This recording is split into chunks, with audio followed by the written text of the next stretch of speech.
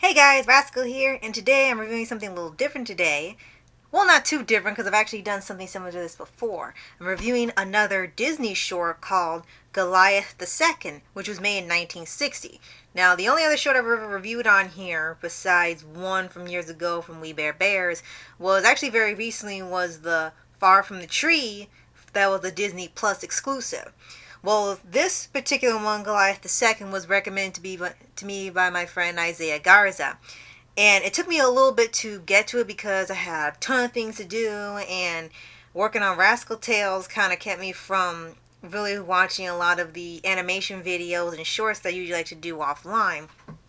But I eventually got to it recently, and I really enjoyed what he showed me. And it turns out that this is one of those classic Walt Disney shorts. And it's a bit ironic that he recommended this because recently Mom and I had gone into the history of Walt Disney as a person. We read his autobiography book, and we got a DVD that has a bunch of shorts labeled as Silly Symphonies, as a collection of them on DVD, and there's a lot of his greatest works on there. And apparently this was one of them, but this was never on the DVD, so I never knew about it. And when I watched it, I really did enjoy it.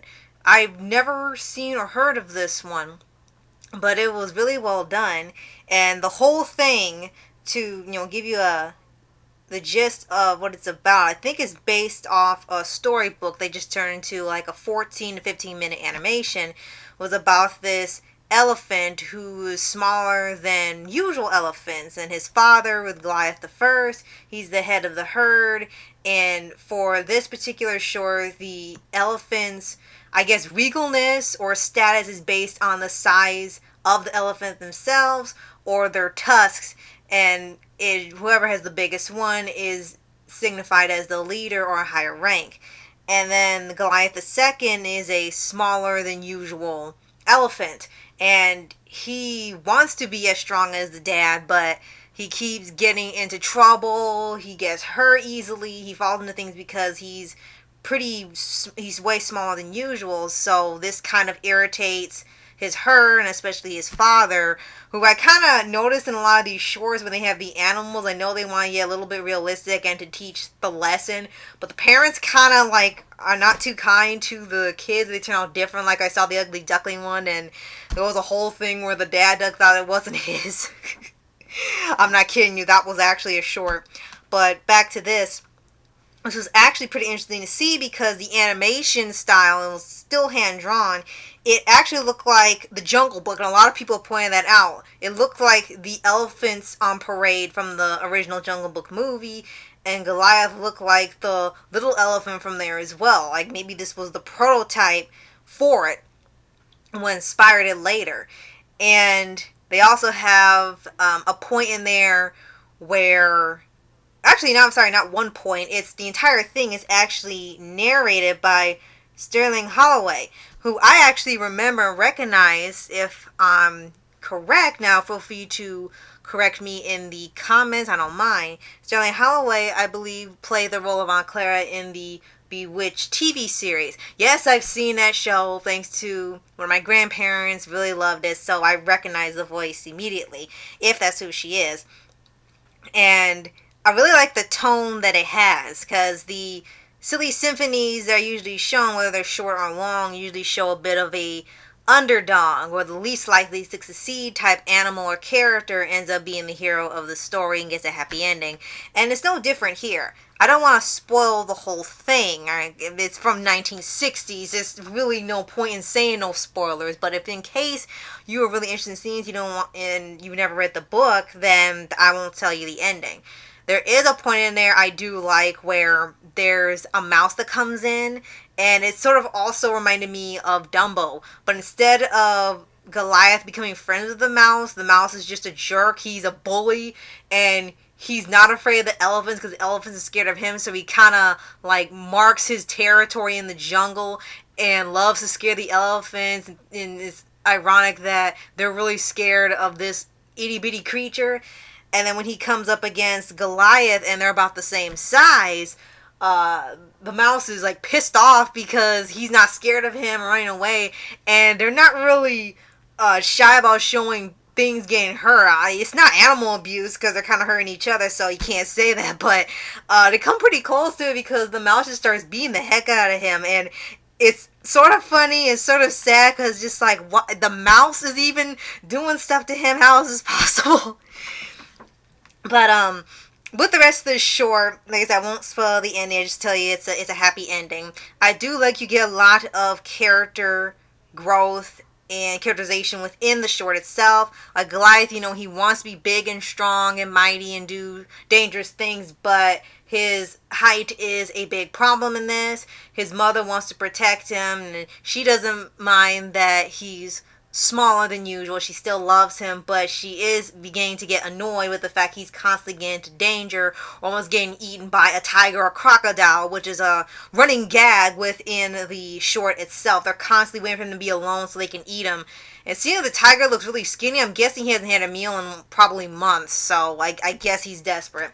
And then the dad, Goliath I, doesn't really have any lines. He doesn't make any sound effects or lines or anything. He kind of acts like a regular elephant who's just a little more intelligent, but he has no speaking dialogue. And his thing is that, like I mentioned before, he kind of doesn't treat Goliath very well, even though his son looks up to him because of the status thing they have. The biggest elephant gets the most attention. Is just sort of like he didn't really matter. So a lot of this development changes as it goes on. And I really love the animation here. I do love that it's still hand-drawn because I've always been a fan of 2D and hand-drawn animation. I don't mind seeing 3D or CGI, but lately so many people have been using it because it's much easier than drawing it. Part of me is just kind of wanting not to see it as much anymore because it's like an oversaturation. But what I love about the Silly Symphonies is that they took the time to draw everything, all the movement, the little indications, the mannerisms and everything are all built into the character. So you see Goliath being like a playful little kid. You can tell his mom is sort of like the mom in Dumbo and is very caring of him, but does actually have a bit of strictness in her as well. She doesn't just want him to do whatever he wants. She wants him to have fun, but she still wants him to, behave and not get into trouble, because they actually do have some disciplinary things in here without being too aggressive, since a lot of shows and movies now are really hesitant on showing that to kids. And then the dad is very stuck up and arrogant, and it comes through without him saying anything. Even with the narrator's not just telling you he's stuck up and arrogant. You're seeing he's stuck up and arrogant, and I like that it's letting you figure it out and watch the story as it goes, and not just telling you like now what to see or what to feel. The story just plays out by itself.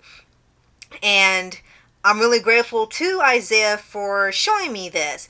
No, it wasn't about raccoons, but it didn't matter. It was a really fun little short, and like I said, I had never heard of this. It's not on the DVD that we own, so I didn't know this was the Silly Symphony, and I'm really grateful that you showed this to me, man. And if you ever want to show me any more, you definitely can send them to me whenever on YouTube or Twitter or wherever. And I know you got some comments to say, so you can definitely tell me them below. And if I had like any final thoughts on this, is that I had mentioned in my Riverdance review, if you watched that, you probably heard that I wasn't really a big fan of the Megaloceros in that movie being on two legs the whole time, because it felt like it was really weird seeing them on two legs the entire time instead of either switching or just sticking to four-legged animal. But for the Goliath short, that doesn't happen. They stay acting like elephants. The most they anthropomorphize is their faces, so they look a little human-like with their expressions, and they talk. That's pretty much it. They pretty much look and act like elephants. Aside from those two differences, they didn't really make them like half human, half animal or anything. It was like kind of like the Jungle Book, where they still stayed animalistic, and I'm really grateful for that too. So that is my review on the Goliath short. If you want to take a look at it yourself, I'm going to leave it in the description so you can check it out. Or even ask Isaiah if the link ends up not working. You can ask him for it, because I really appreciate that he sent that to me and I got to experience another classic Walt Disney short that I never knew about. And Isaiah, if you ever have any more to show me, doesn't matter the animal, I don't mind. It doesn't have to just be raccoons or anything. I would love that. But anything you think I would like, you can definitely send to me, and I'll definitely give it a watch and consider reviewing it. And if you guys have seen this short yourselves, tell me what you think of it in the comments below. If you haven't, again, click the description, ask Isaiah for the link so you can watch it for yourself and give me your thoughts on it. What you liked about it, what you didn't like, what you would have preferred. Do you know who the narrator really is? And hopefully I'm not getting the misinforming you guys. I'd be happy to hear your comments below, and I'll see you guys next time. Later.